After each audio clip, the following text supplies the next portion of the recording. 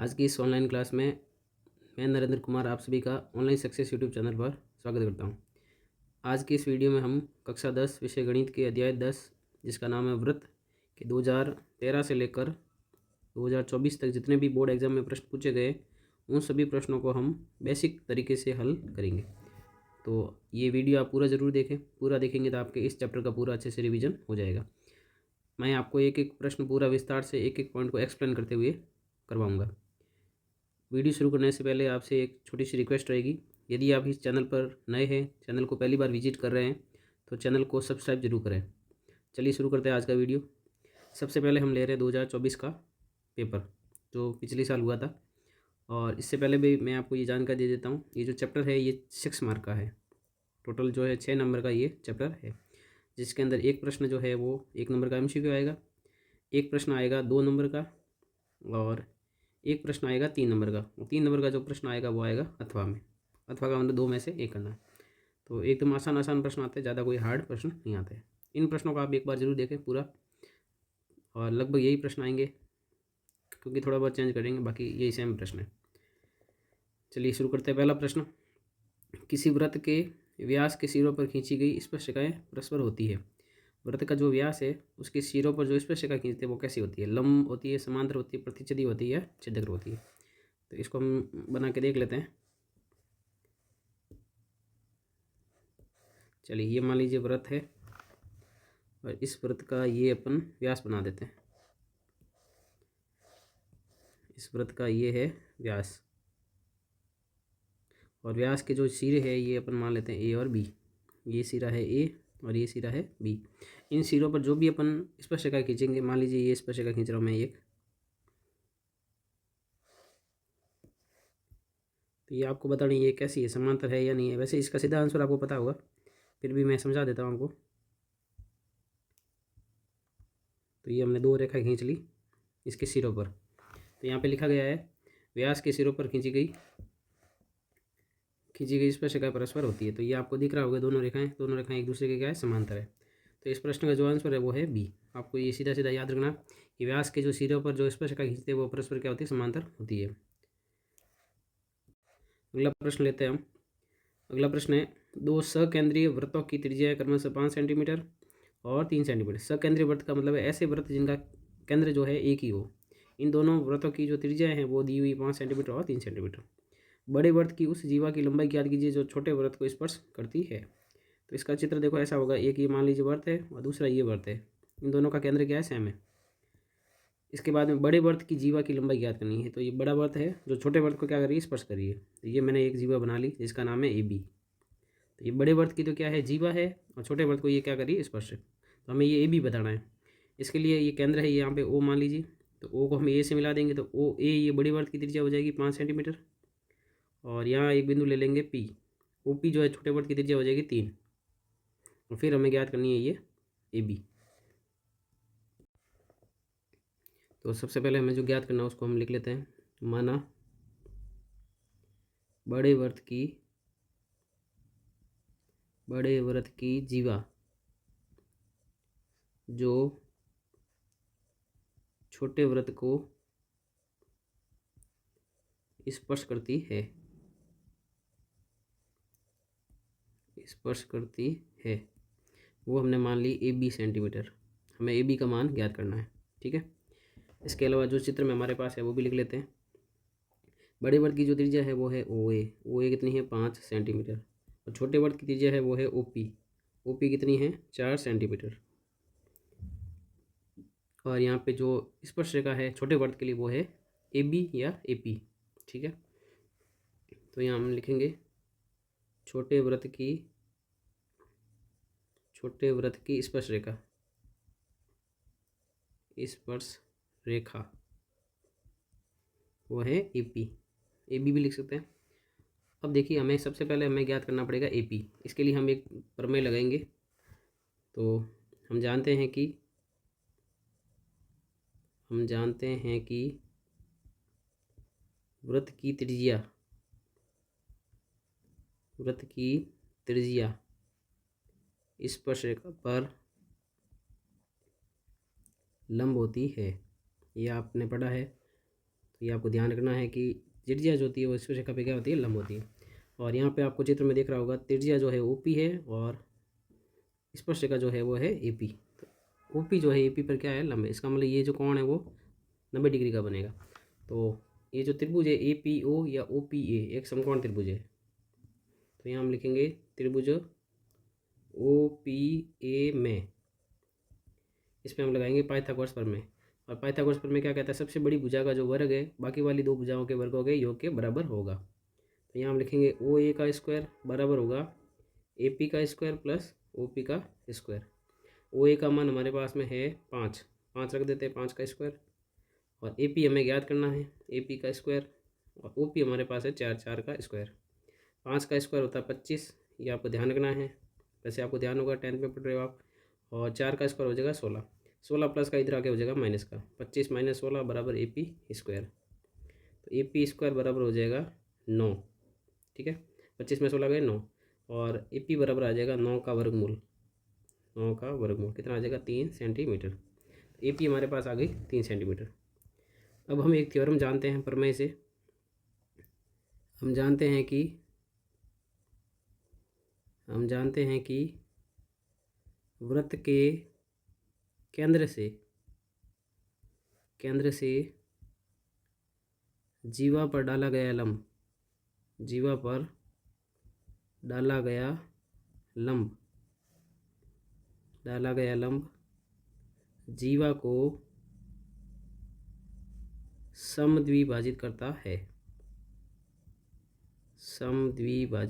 है। ये आपने एक प्रमेय पढ़ा होगा 9th क्लास में। वृत्त के केंद्र से जीवा पर डाला गया लंब जीवा को समद्विभाजित करता है। यहाँ देखो वृत्त का केंद्र क्या है, O है, और O से जो लंब है ना वो है OP, और किसके ऊपर लंब है, AB के ऊपर है। तो यहाँ हम लिखेंगे OP जो है वो लंब है जीवा AB पर, इसलिए AP और BP क्या होंगे, बराबर होंगे। और AP कितना आया था 3, तो BP भी कितना आएगा, 3 आएगा। सॉरी ये मैंने पूरा गलत लिख दिया, यहाँ पे ना त्रिज्या है 3 दी हुई है, तो इसको करेक्ट कर लेते हैं अपन। यहाँ त्रिज्या है 3,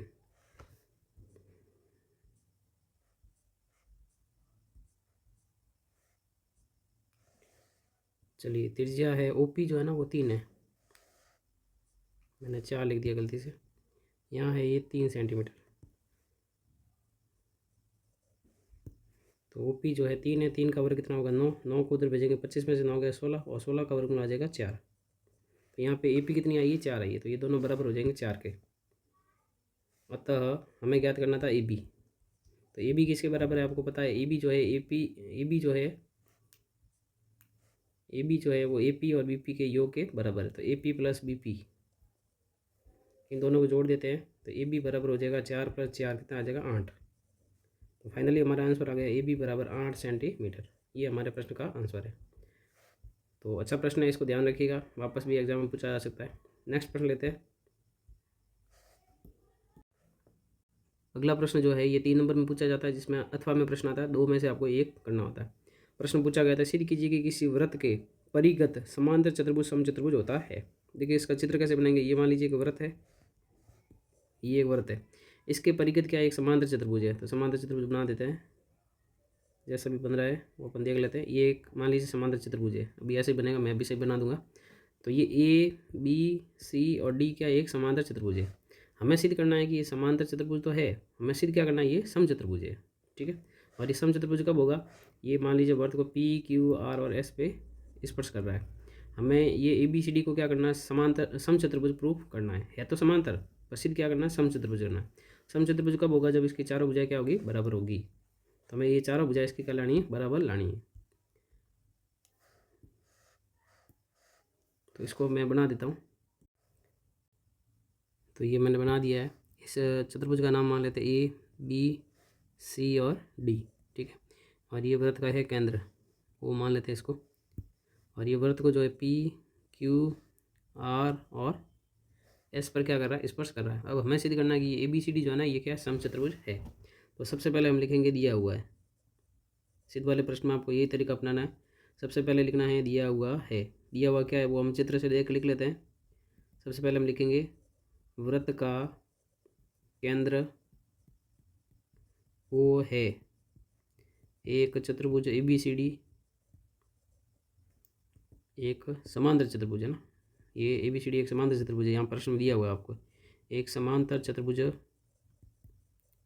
ABCD वृत्त को क्रमशः PQR व S पर स्पर्श कर रहा है। यहाँ तक हमने लिख दिया। अब हम लिखेंगे सिद्ध करना है, सिद्ध करना है। तो सिद्ध क्या करना है कि जो ये ABCD है ये एक सम चतुर्भुज है। ABCD एक सम चतुर्भुज है। एकदम आसान प्रश्न है, बस आपको थोड़ा सा समझना। ABCD एक सम चतुर्भुज है, अर्थात अभी सम कब होगा उसकी मैं कंडीशन लिख रहा हूँ ताकि आपको ध्यान में रहे कि प्रश्न में करना क्या है। सम कब आएगा? जब चारों भुजा क्या होगी? बराबर।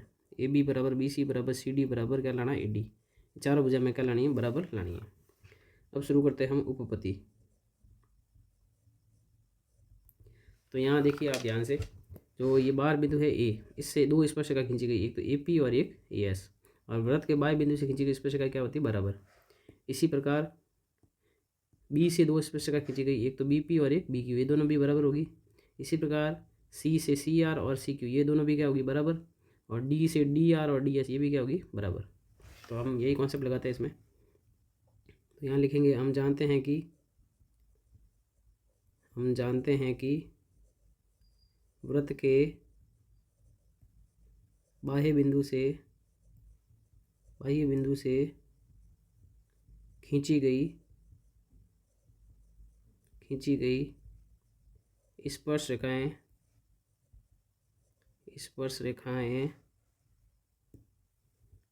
रेखाएं लंबाई में बराबर होती है। ये आपको प्रमेय ध्यान में रखना है, बराबर होती है। यहाँ तक आपको समझ में आ गया होगा। अब हम बात करते हैं सबसे पहले बिंदु A से। तो A से जो स्पर्शिका खींची गई वो है AP और AS। इसका मतलब AP और AS क्या होगा? बराबर होगा। इसको हम मान लेते हैं समीकरण 1। इसी प्रकार अपन बिंदु B से बात करते हैं। अब बिंदु B से दो स्पर्शिका खींची गई, एक तो BP और एक BQ, तो BP बराबर होगा BQ। ये समीकरण मान लेते हैं दूसरा। बिंदु C से बात करते हैं। बिंदु C से दो स्पर्शिका खींची गई, एक तो CR और एक DR, तो CR बराबर है CQ। C से दो स्पर्शिका खींची गई, CR और CQ, तो इसका मतलब CR और CQ क्या है? बराबर है। और लास्ट है अपना बिंदु D।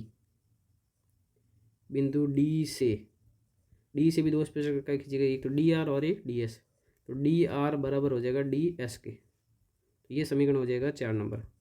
अब हम क्या करेंगे? समीकरण 1, 2 व 3, 4 को जोड़ देंगे। समीकरण 1, 2, 3 व 4 को जोड़ने पर इन सबको हम जोड़ देते हैं। तो लेफ्ट हैंड साइड में जो भी पद है उन सबको जोड़ देते हैं अपन। तो यहाँ हम लिखेंगे AP plus BP plus CR plus DR बराबर AS plus BQ plus CQ और प्लस DS। अब आपको है ना कुछ दो भुजाएं साथ में लानी पड़ेगी। तो AP प्लस BP, देखो चित्र में ध्यान से देखना, AP और BP मिलके क्या बन रहा है? AB बन रहा है। तो इन दोनों को तो पास में रख देते हैं, AP प्लस BP। इसी प्रकार CR और DR जुड़ के CD बन रहा है। यहाँ लिखेंगे CR प्लस DR को साथ में ब्रैकेट में लिख लेंगे। AS, तो AS के साथ में कौन लेंगे? DS। तो ये दूर बैठे इनको पास में लेके आ जाते हैं, AS प्लस DS। और BQ और CQ को साथ में रख देते हैं क्योंकि दोनों मिलके BC बनाएंगे, तो BQ प्लस CQ। चलिए अब चित्र से अपन देखते हैं। AP और BP मिलके क्या बन रहा है? AB बन रहा है। और CR और DR मिलके क्या बन रहा है? CD बन रहा है। AS और DS मिलके बन रहा है AD। और BQ और CQ मिलके मिल रहा है BC बन रहा है। ये इसको मान लेते हैं समीकरण अपन 5। यहाँ तक आपको समझ में आ गया होगा। ये एक प्रश्न भी है, यहाँ तक आगे एक प्रश्न आएगा जिसके अंदर ये अपन यहाँ तक सिद्ध करेंगे। तो वहाँ मैं ये करवाऊँगा नहीं, यहाँ तक ही करना है। वो सेम टू सेम प्रश्न है। वहाँ पे ये चित्र बना हुआ होगा और आपको बोला होगा AB plus CD equal to AD plus BC prove करना है। तो ये वहाँ उस क्वेश्चन में यहाँ तक करना पड़ेगा आपको, तो वहाँ अपन वापस नहीं करेंगे। अब देखिए आगे अपन बढ़ते हैं। नेक्स्ट हमारे पास में क्या है कि ये ए बी सी डी क्या था, एक समांतर चतुर्भुज था। तो वापस हम लेते हैं, ए बी सी डी एक समांतर चतुर्भुज है।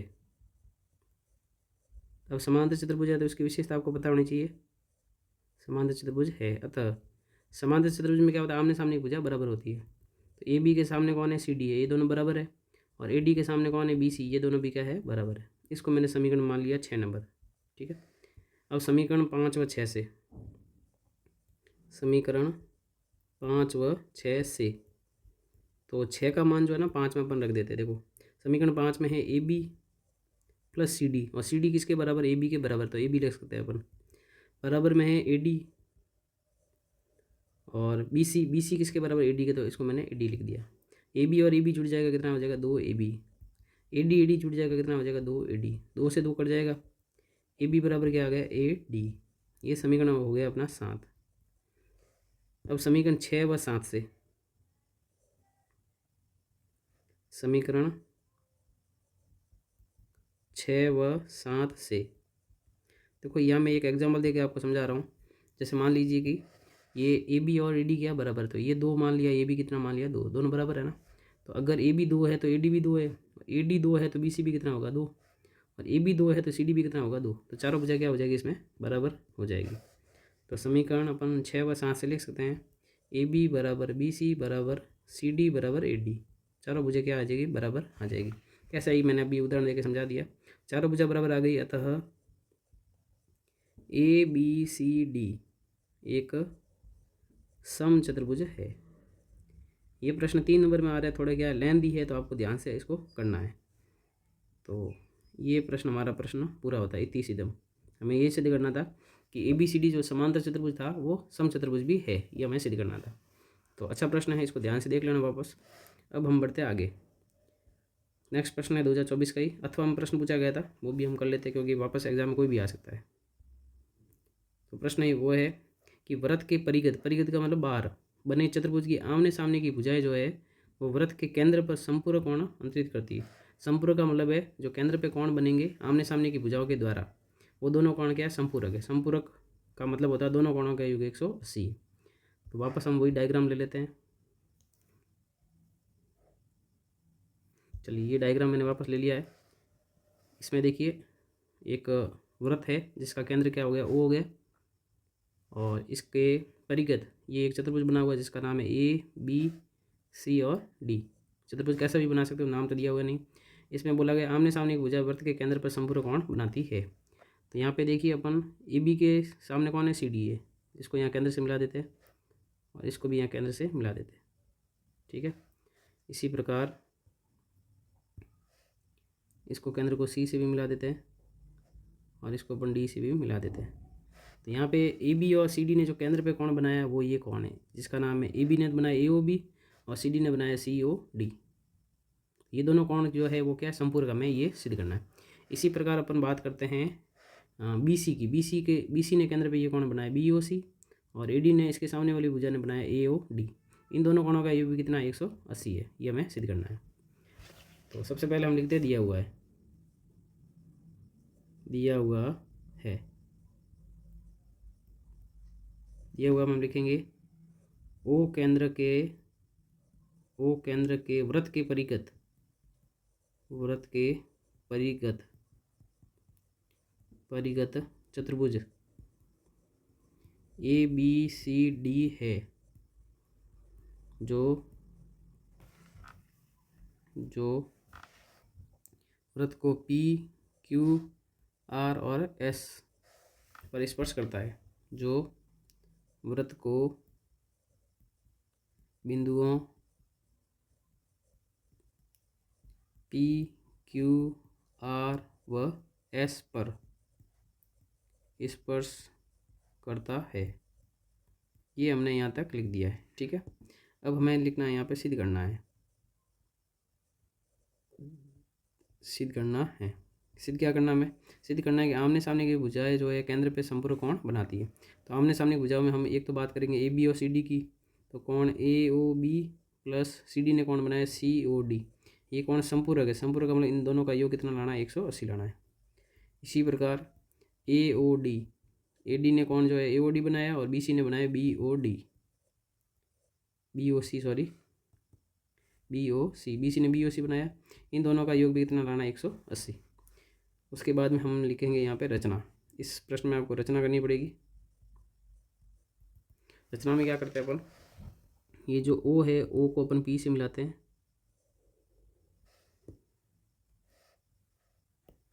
ओ को हम किससे मिला रहे हैं, पी से। इसी प्रकार ओ को हम मिला रहे हैं एस से, ओ को क्यू से मिला रहे हैं और ओ को हम आर से भी मिला रहे हैं। ठीक है, तो ये हम यहाँ लिख देते हैं, केंद्र ओ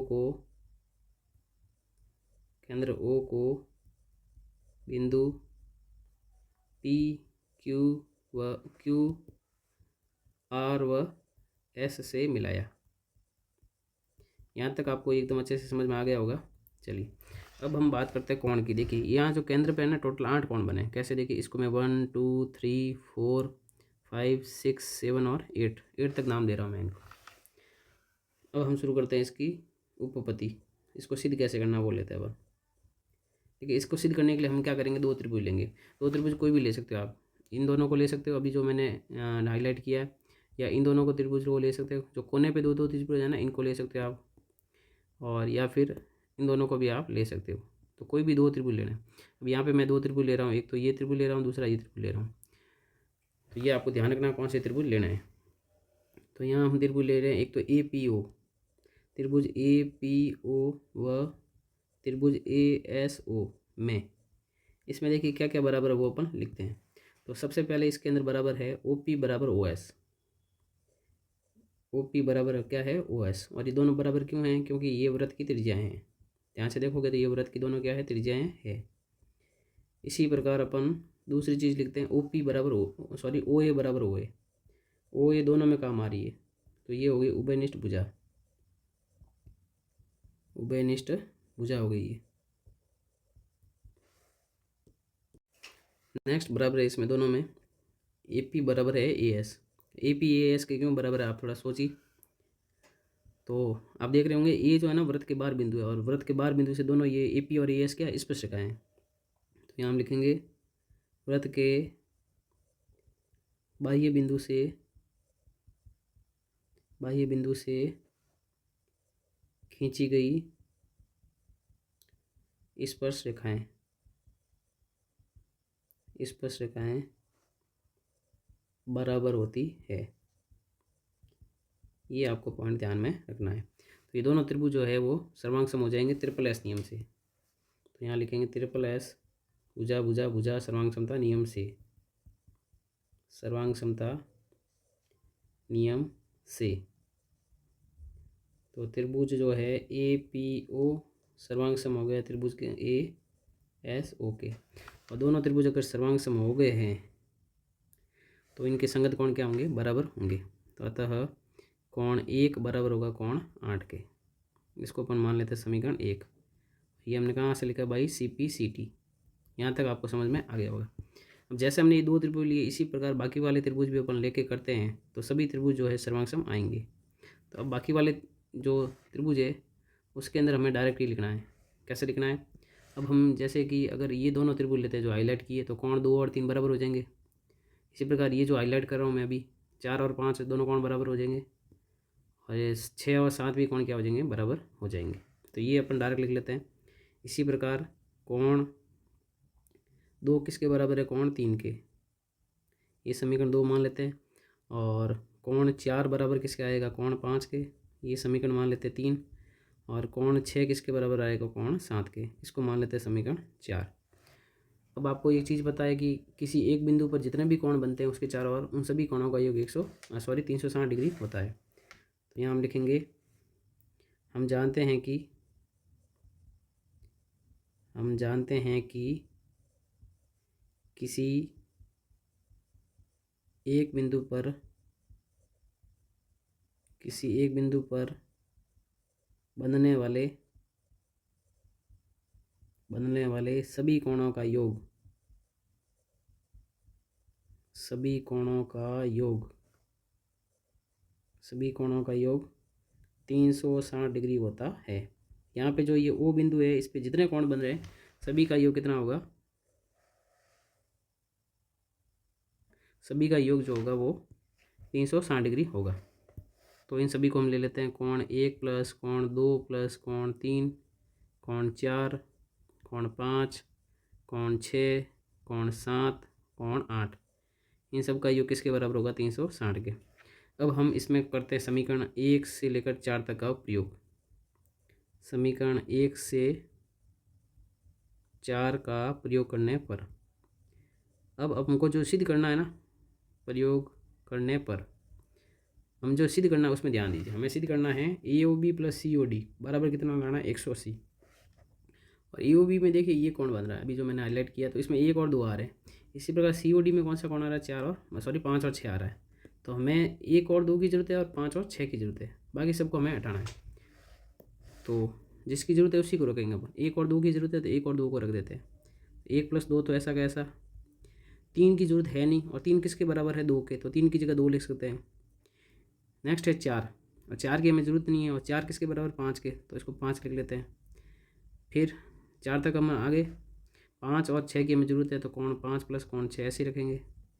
और 7 और 8 की ज़रूरत है नहीं, तो 7 किसके बराबर है, 6 के, और 8 किसके बराबर है, 1 के, और बराबर 360। अब इन सब में देखेंगे तो कोण 1 और कोण 1 जुड़ गया, कोण 2 कोण 1 हो गया, कोण 2 और कोण 2 जुड़ गया, 2 कोण 2 हो गया, कोण 5 और कोण 5 जुड़ गया, 2 कोण 5 हो गया, कोण 6 और कोण 6 जुड़ गया, 2 कोण 6 हो गया, और बराबर में 360 है। इन सब में 2 कॉमन आ रहा है, 2 बार लेते हैं। फिर पीछे बचा कोण 1 प्लस कोण 2 प्लस कोण 5 प्लस कोण 6 बराबर में 360। और 2 जो है बटे में चला जाएगा, तो कोण 1 प्लस कोण 2 ब्रैकेट में रख देते हैं, और कोण प्लस 5 प्लस कोण 6, 2 का भाग जाएगा 360 में 180 बार। अब आप चित्र से अगर ध्यान से देखेंगे तो कोण 1 और 2 मिलकर बना रहे कोण ए ओ बी, और कोण 5 और कोण 6 बना रहे सी ओ डी, और इन दोनों का योग कितना आ गया, 180। और जो हमें बाकी वाला सिद्ध करना था उसको लिख लेते इसी प्रकार कोण ए ओ डी प्लस कोण बी ओ सी, इन दोनों का योग भी कितना आएगा, 180 आएगा। और ये हो गया इति सिद्धम। तो प्रश्न थोड़े से बड़े हैं तो इनको आपको अच्छे से प्रैक्टिस करनी है। तो ये प्रश्न आया था 3 नंबर में, इन दोनों में से कोई भी आप एक प्रश्न करना था आपको एग्जाम में। तो ये प्रश्न ऊपर वाला थोड़ा छोटा था और वो थोड़ा सा उसकी तुलना में बड़ा है, पर है दोनों आसान है, ज़्यादा हार्ड नहीं है। इस चैप्टर में क्वेश्चन नंबर ऑफ जो क्वेश्चन है ना वो कम है, ज़्यादा नहीं है, तो आपको सभी क्वेश्चन को अच्छे से सॉल्व करना है। ये था 2024 का पेपर। अब हम लेते हैं 2023 का पेपर। पहला प्रश्न है, वृत्त की वह जीवा जिसकी लंबाई वृत्त की त्रिज्या से 2 गुनी होती है। तो ये तो आसान प्रश्न है। जो जीवा होती है वृत्त की, तो वृत्त की जीवा, ऐसी जीवा का नाम बताना है जो वृत्त की त्रिज्या से क्या होती है, 2 गुनी होती है। तो आपने पढ़ा होगा व्यास जो होता है वो त्रिज्या का 2 गुना होता है।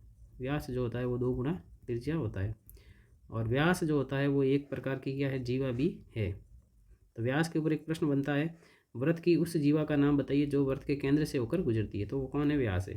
या प्रश्न ऐसा भी बनता है कि वृत्त की सबसे बड़ी जीवा का नाम बताइए, तो भी इसका उत्तर क्या है, व्यास है। तो इस प्रश्न का आंसर है ब, व्यास इसका सही उत्तर है।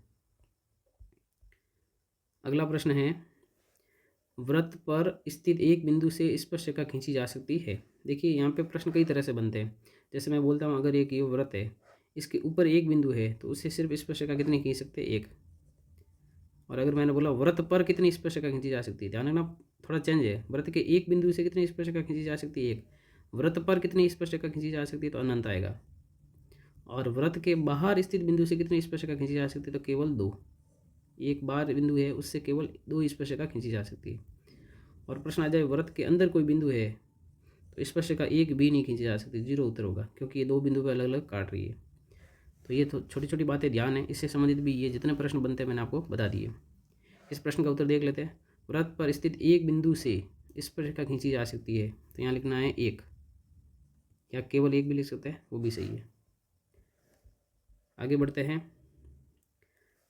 प्रश्न है, वृत्त तथा उसकी स्पर्शरेखा के उपनिष्ठ बिंदु को कहते हैं। देखिए ये मान लीजिए वृत्त है और ये एक स्पर्शरेखा है।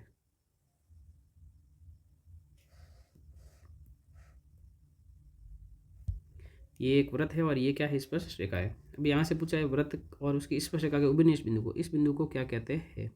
ये मान लीजिए पी क्यू है, ये पी है और ये क्यू है। तो वृत्त और उसकी स्पर्श रेखा का जो उभयनिष्ठ बिंदु है, इस ए को क्या कहते हैं। तो इसका उत्तर है स्पर्श बिंदु कहते हैं इसको, स्पर्श बिंदु इसका सही उत्तर होगा। तो ये ध्यान रखना है, वृत्त और उस स्पर्श रेखा के उभयनिष्ठ बिंदु को क्या कहते हैं, स्पर्श बिंदु कहते हैं। अगला प्रश्न लेते हैं। केंद्र O वाले वृत्त पर बाएं बिंदु T से दो स्पर्श रेखाएं TP और TQ खींची गई। ये प्रश्न अच्छा प्रश्न है, इस बार आने की पूरी संभावना है। जैसे देखिए इसने जैसा बोला वैसा चित्र बनाते हैं। केंद्र O वाले वृत्त पर, ये केंद्र O वाला वृत्त है एक, मान लीजिए ये O केंद्र का क्या हो गया, वृत्त हो गया। बाएं बिंदु T है, ये मान लीजिए T बिंदु है, इससे दो स्पर्श रेखा खींची गई है। एक खींची गई TP और दूसरी TQ, ये TQ यहाँ खींची गई है। अब सिद्ध करना है कि कोण PTQ, कोण PTQ मतलब ये वाला कोण 2 गुना है OPQ के, तो इसका केंद्र है OPQ, तो ये Q को मिला देंगे और ये O को मिला देंगे, ये वाला कोण है ना OPQ, ये वाला जो कोण है इसका दुगुना किसके बराबर है, PTQ के बराबर है। तो इसको अच्छे से समझिएगा, अच्छा प्रश्न है, नया भी है और इम्पोर्टेंट है। इसको आप एक बार 2 बार सॉल्व करोगे, क्योंकि ये शायद उदाहरण है या फिर नया प्रश्न है। तो इसका पहले मैं चित्र अच्छे से बना लेता हूँ। इसका चित्र मैंने बना लिया, देख लीजिए। अब हमें जो सिद्ध करना है उसको हम लेते हैं। सबसे पहले तो इस सिद्ध वाले प्रश्न में लिखना है, दिया हुआ है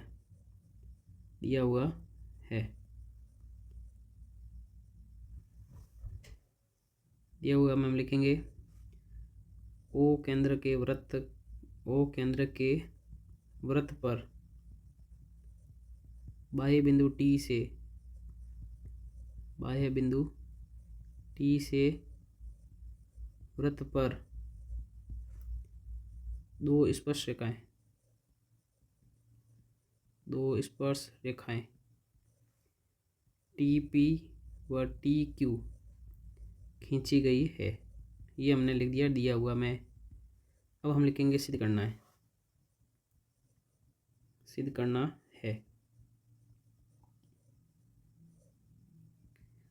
है हमें कोण PTQ बराबर लाना है 2 गुना OPQ के। ये कोण मैं आपको दर्शा देता हूँ।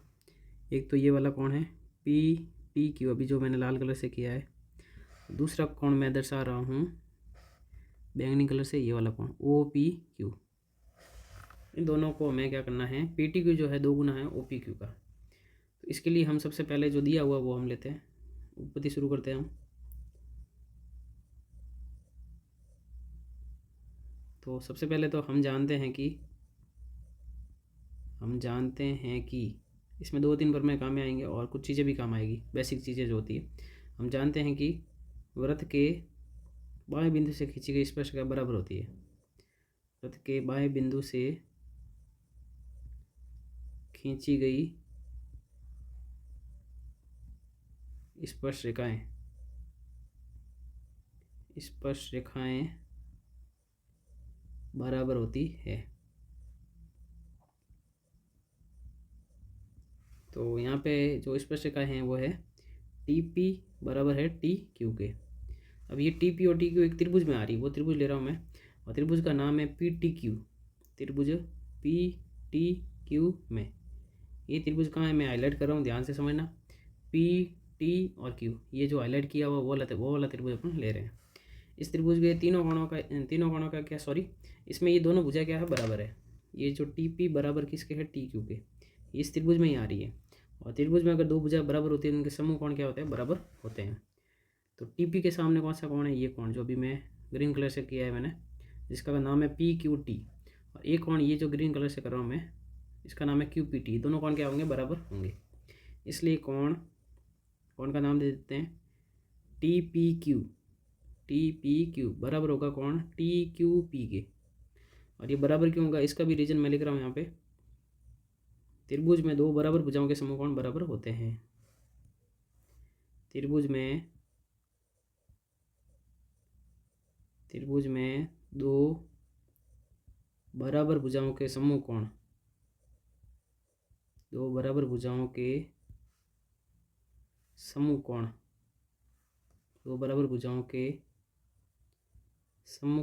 होते हैं। समूह कोण बराबर होते हैं। ये हमने यहाँ पे ले लिया और वापस इनको मान लेते हैं। माना कॉन टी पी क्यू बराबर कॉन टी क्यू पी, इन दोनों को मैं मान लेता हूँ x। अब त्रिभुज के तीनों कोणों का ये कितना होता है, 180 होता है। तो पुनः कॉन टी पी क्यू प्लस कॉन टी क्यू पी प्लस कॉन पी टी क्यू, त्रिभुज के तीनों कोणों का ये कितना होगा, 180 होगा। और टी पी क्यू और टी क्यू पी दोनों x है, तो ये x प्लस एक्स प्लस कॉन पी टी क्यू बराबर कितना हो जाएगा, 180। x और x जुड़ जाएगा, कितना हो जाएगा, 2x plus P T Q बराबर हो जाएगा 180।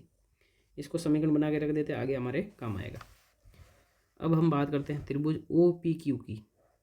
ओ पी क्यू का है वो मैं बता देता हूँ। ओ पी क्यू ये वाले त्रिभुज की बात हो रही है। इस त्रिभुज में बात करते हैं अपन।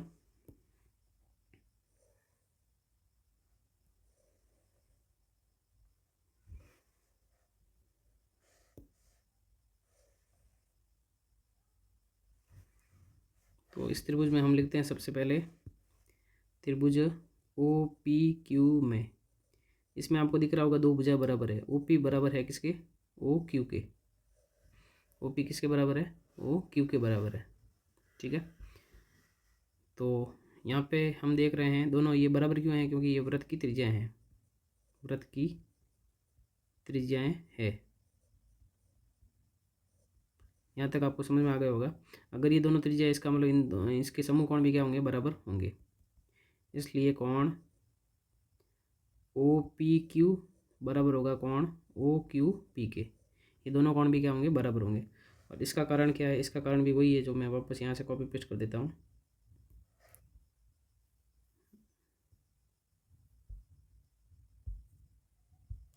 इसका कारण यही है कि त्रिभुज में दो बराबर भुजाओं के समूह कोण क्या होते हैं, बराबर होते हैं। आगे हम एक प्रमेय और काम में ले रहे हैं। हम जानते हैं कि वृत्त की त्रिज्या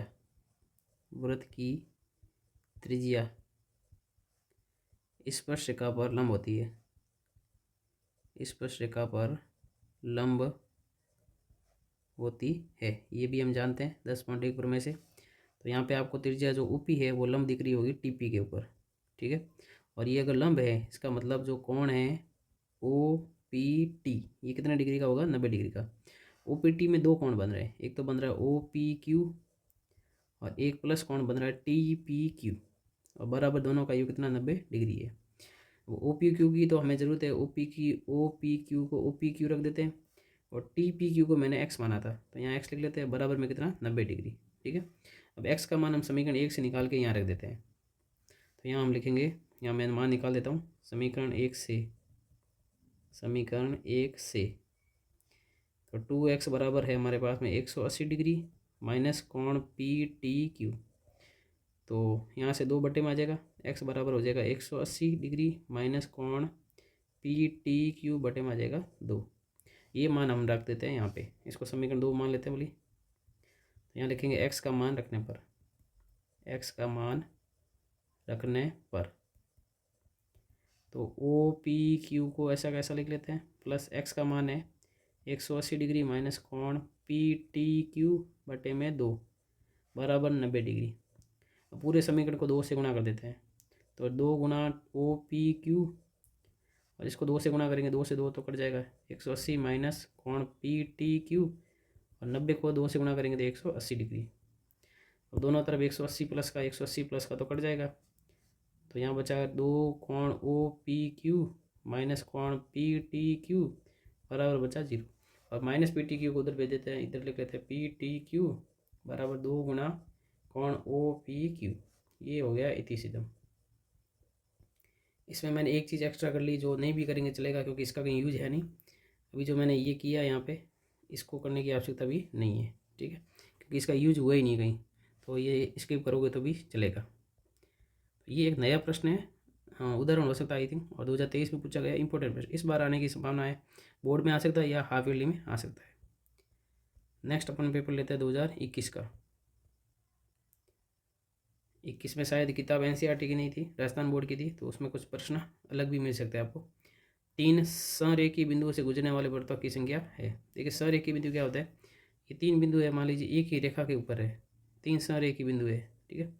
तो इसमें पूछा है इससे कितने वर्त बना सकते हो आप, तीनों बिंदुओं से गुजरने चाहिए, ऐसे कितने वर्त बनेंगे, तो ऐसे एक भी वर्त नहीं बना सकते आप। तो इसका उत्तर क्या है, शून्य। अगर आप कोशिश करेंगे, मान लीजिए यहाँ से गुजरा है ये वर्त, यहाँ से गुजरा है, ये तीसरे तो गुजरा ही नहीं, यहाँ से गुजर रहा है, इन दोनों से गुजरा है, तो सेकंड वाले से गुजरा ही नहीं। तो इस प्रकार से तीन संरेखीय, अगर तीन एक ही रेखा पर बिंदु है तो इससे एक भी वर्त आप नहीं बना सकते हैं। और अगर प्रश्न पूछा जाता असंरेखीय, असंरेखीय तीन अगर बिंदु असंरेखीय है तो उससे कितने वर्त खींच सकते हैं, ये तीन मान लीजिए असंरेखीय, तो इससे सिर्फ एक वर्त बना सकते हैं आप, ज़्यादा से ज़्यादा, उससे ज़्यादा नहीं बनेगा। तो इस प्रश्न को ध्यान में रखें आप।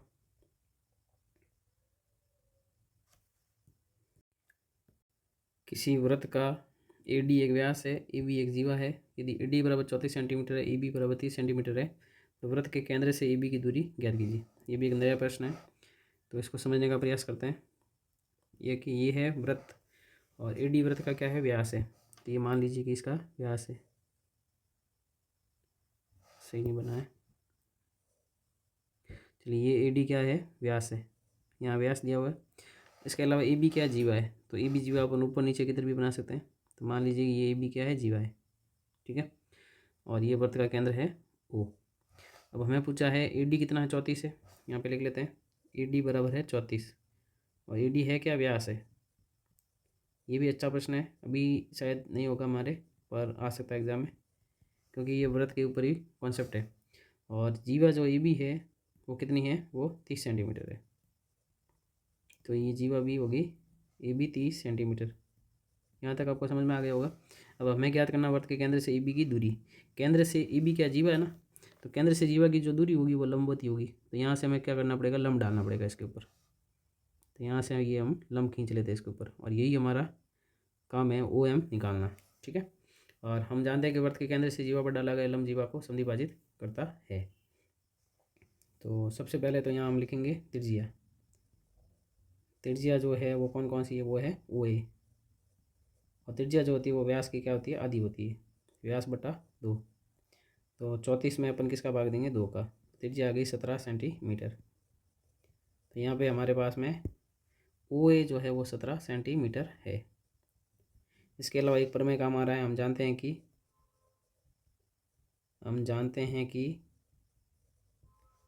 वृत्त के केंद्र से जीवा पर डाला गया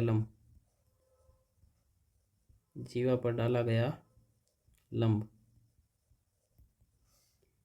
जीवा को समद्विभाजित करता है।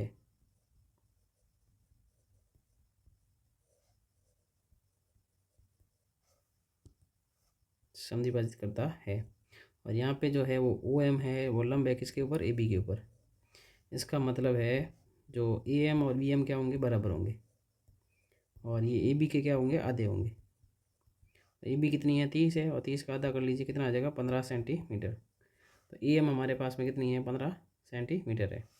अब ये त्रिभुज लेते हैं हम ए एम ओ, त्रिभुज ए एम ओ में, और ये एक समकोण त्रिभुज है, इसमें पाइथागोरस लगाएंगे। तो सबसे बड़ी भुजा है ओ ए, बाकी वाली दो भुजा के स्क्वायर के योग के बराबर होगा। तो ए एम का स्क्वायर प्लस ओ एम का स्क्वायर बराबर होगा ओ ए का स्क्वायर। ए एम का स्क्वायर है 15, 15 का स्क्वायर कर देते हैं, प्लस ओ एम हमें ज्ञात करना है, ओ ए है 17, 17 का स्क्वायर। 15 का वर्ग आपको याद होना चाहिए 225, प्लस ओ एम स्क्वायर बराबर 17 का स्क्वायर 289। ओ एम का स्क्वायर इधर ही रहेगा, बराबर में 289, 225 प्लस का है उधर भेज देते हैं, माइनस का हो जाएगा 225। ओ एम स्क्वायर बराबर 9 में से 5 गए 4, 8 में से 2 गए 6, 64 आ जाएगा। और ओ एम आ जाएगा 64 का वर्गमूल कितना होता है, 8 सेंटीमीटर। तो प्रश्न में हमें पूछा था, वही हम लिख लेते हैं। अतः केंद्र से जीवा ए बी की दूरी,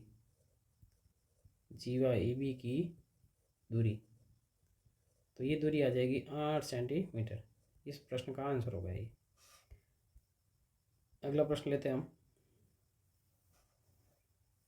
अगला प्रश्न है, ये ऊपर वाला तो हमारे 11वें चैप्टर का है, तो 11वें चैप्टर में करेंगे। नीचे वाला क्वेश्चन हम ट्राई करते हैं। सिद्ध कीजिए कि दो सकेंद्रीय वृत्तों में बड़े वृत्त की जीवा छोटे वृत्त को स्पर्श करे तो स्पर्श बिंदु उस जीवा का समद्विभाजन करता है। तो ये प्रश्न अभी हमने किया था, लगभग वैसा ही प्रश्न है। तो ये हम देख लेते हैं यहाँ पे, जो 2024 में जो पूछा गया था ना, हाँ ये शायद यही है प्रश्न, हाँ ये वाला प्रश्न, यही वाला प्रश्न है आई थिंक। तो इसको हम यहाँ से कॉपी कर देते हैं।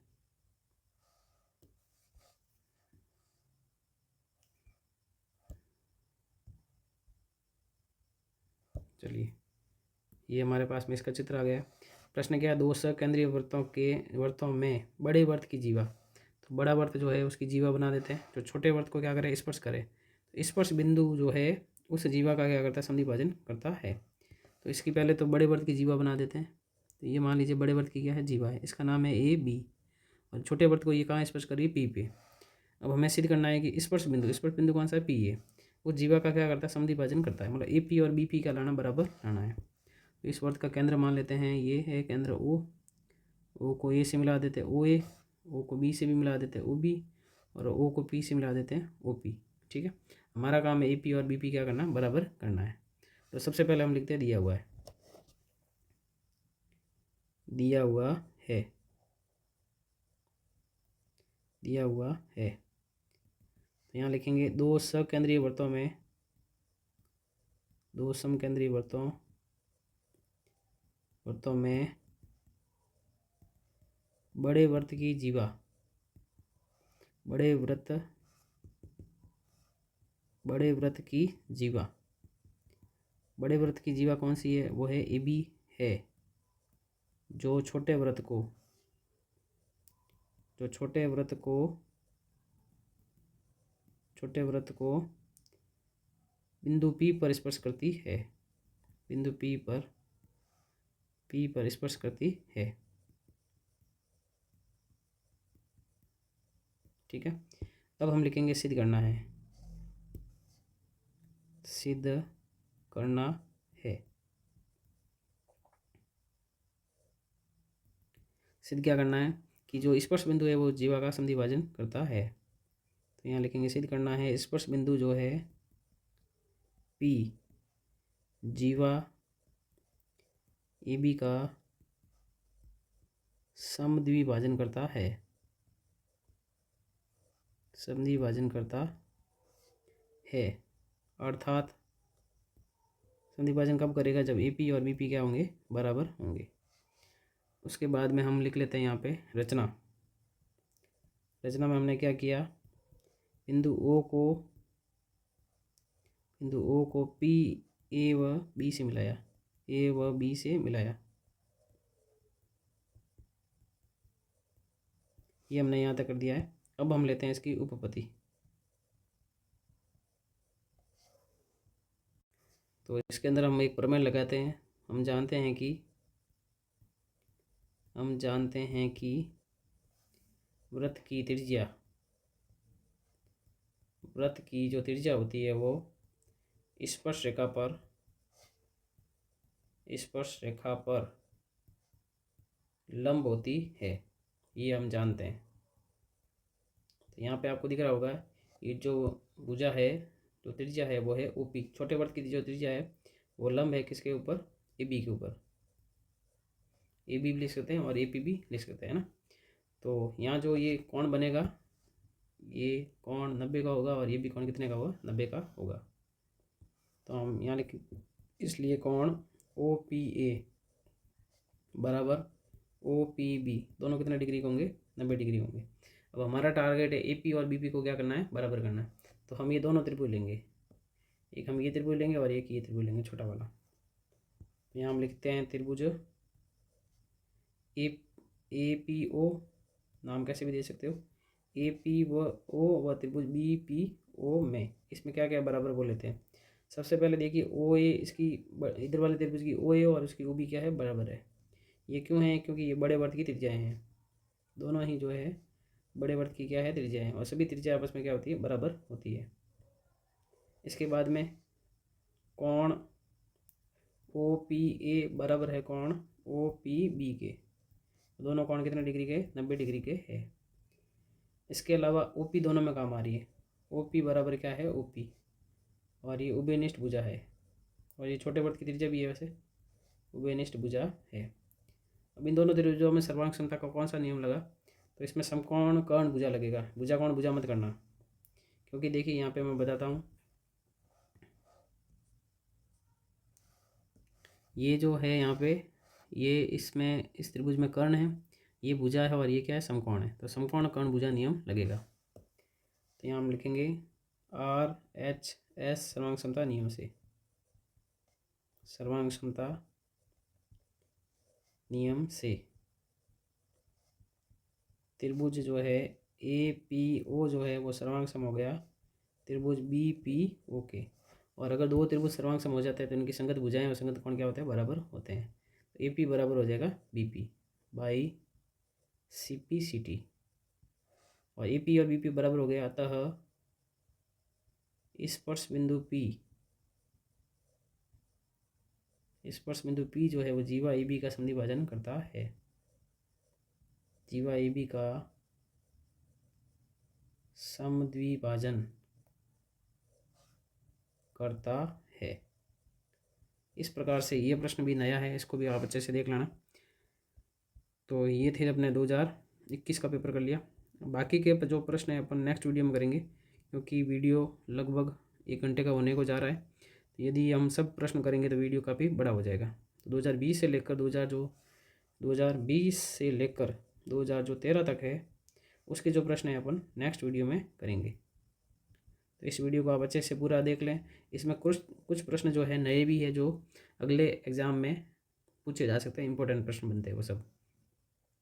तो आज के इस वीडियो में इतना ही। यदि मेरे द्वारा की हुई मेहनत आपको अच्छी लग रही है तो वीडियो को लाइक ज़रूर करें, और चैनल को अगर आपने सब्सक्राइब नहीं किया तो सब्सक्राइब जरूर करें। मिलते हैं नेक्स्ट वीडियो में, धन्यवाद। Thank you for watching this video. If you enjoyed it, please hit the like button and the bell notification icon.